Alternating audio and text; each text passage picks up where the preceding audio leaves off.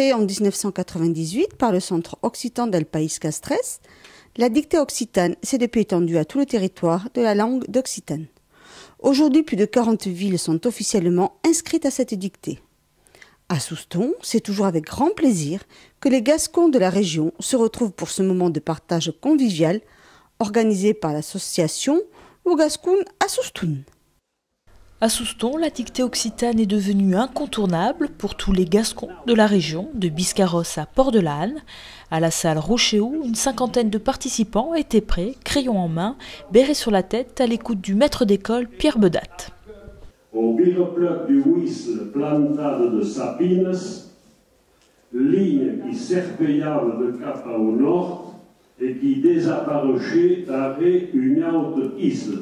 Il s'agit d'un texte d'une nouvelle de Jacques London qui est écrite il y a un peu plus de 100 ans. Ça se passe dans le Grand Nord. Et j'ai trouvé très intéressant ce texte, d'autant plus qu'il a été traduit en gascon par Marie-Hélène Kaurapé, que nous avions eu l'occasion de voir au mois d'octobre dernier à Souston, puisqu'il était venu dans le cadre du Festival Gascon représenter des contes de Félix Arnaudin.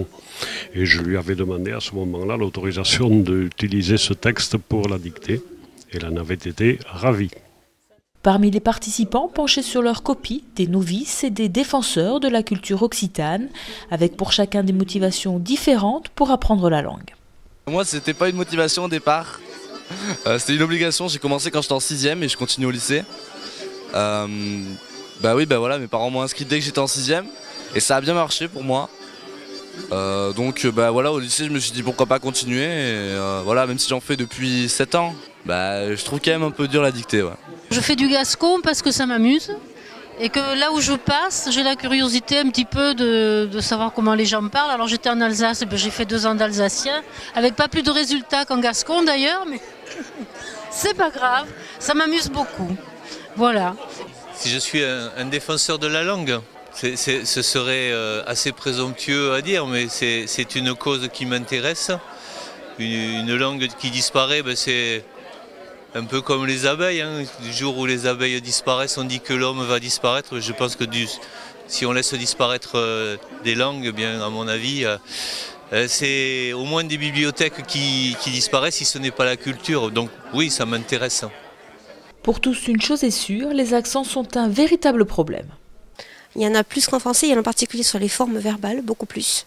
Et il y a des confusions entre, par exemple, le prétérit et le conditionnel. Au bout d'un moment, ils hésitent pour savoir si c'est un « et » accent aigu ou un « et » accent grave. Et comme c'est pas inné, que c'est pas leur langue maternelle, forcément, ça multiplie les risques d'erreur. Pour moi, c'était la première fois. J'ai trouvé ça très intéressant, mais un petit peu difficile quand même. Moi, j'ai un petit problème avec les accents en gascon. Et alors, je crois que j'ai fait 7 ou 8 fautes, je crois. Voilà. Les accents sur les conjugaisons, ça, j'ai pas encore enregistré. Je fais beaucoup de mesclagne. Moi, pensi que c'est plan passat, ben bé.